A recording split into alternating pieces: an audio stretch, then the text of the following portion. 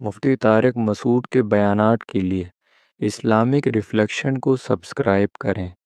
Islamic reflection. سعودی عرب ٹوٹ جائے گا، یہاں روافض کا قبضہ ہو جائے گا، حرمین ہمارے ہاتھ سے نکل جائے گا، بڑے خطرات ہیں۔ تو بھائی ٹوٹنے نہ دو کسی چیز کو، بھائی جیسے تیسے ہیں، بس زبان کی حد تک اعتراض، بھائی سعودیہ کے بادشاہ کو ایسا نہیں کرنا چاہیے تھا، لیکن بہرحال رہنے دو، کیونکہ ابھی وہاں اگر جمہوریت آئے گی تو لائے گا کون اور کس کی مرضی کا آدمی آئے گا؟ افغانستان میں جمہوریت ہے، نام کی ہے، بیٹھے ہوئے کس کے چمچے ہیں؟ امریکہ کے چمچے بیٹھے ہوئے، اور افغانستان کا بیڑا غرق کرتے چلے جا رہے ہیں، کھائے جا رہے ہیں، افغانستان سے پتہ نہیں کیا کیا دھاتیں نکال رہے ہیں۔ لیبیا میں قذافی کو اتروا دیا، یہ کہہ کے کہ ظالم میں تھا، وہ ظالم میں مانتا ہوں، لیکن جیسا بھی تھا بہرحال اس کا ہونا نہ ہونے سے بہتر تھا۔ اس کی حکومت گئی ہے، لیبیا کے سارے وسائل پر اسلام دشمنوں کا قبضہ ہو گیا، سارے وسائل پر کس کا قبضہ ہو گیا؟ اسلام۔ عراق میں صدام حسین جیسا مرضی تھا، عیاش تھا، ظالم تھا، جو مرضی تھا، لیکن اس کو ہٹا کے ہمیں کیا ملا؟ کیا خلافت قائم ہو گئی وہاں پہ؟ بولو بھائی، سارے وسائل کس کے قبضے میں؟ اسلام دشمنوں کے قبضے میں۔ وہ تیل کے کنویں بھر بھر کے لے رہے ہیں، اتنا انہوں نے تیل جمع کر لیا، موجہ ہی موجہ، اور ہم یہاں بیٹھے ہوئے ہیں۔ او بھائی جو تو حکمرانوں کے خلاف عوام کو ایسا کر دینا کہ وہ تلوار لے کے ان کے خلاف کھڑے ہو جائیں۔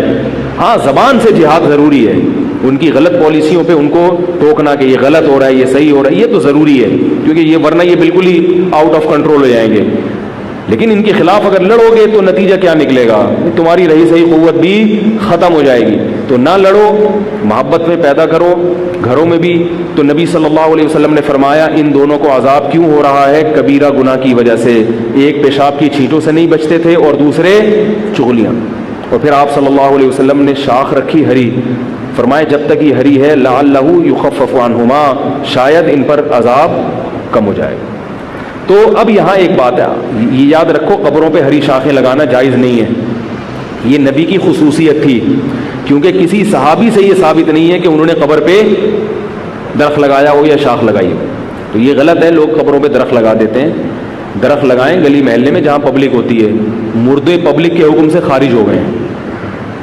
آپ کہیں گے وہاں بھی تو بہت زیادہ پبلک ہے، لیکن ان بیچاروں کو درختوں سے کوئی فائدہ نہیں ہوتا، وہ تو خود درخت کی کھاد بن جاتے ہیں بیچارے، تو جڑیں قبروں میں چلی جاتی ہیں، تو ان کو کوئی فائدہ نہیں ہے۔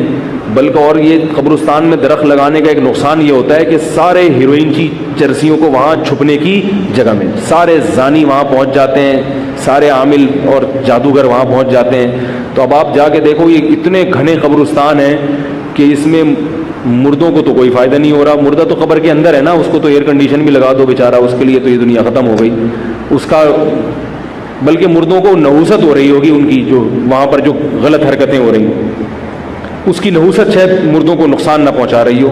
تو اس لیے درخت لگاؤ، زندوں کو ضرورت ہے بھائی درختوں کی، مردوں کو درختوں کی ضرورت بولو بھائی نہیں، زندہ کو ضرورت ہے درخت کی، تاکہ وہ تھوڑے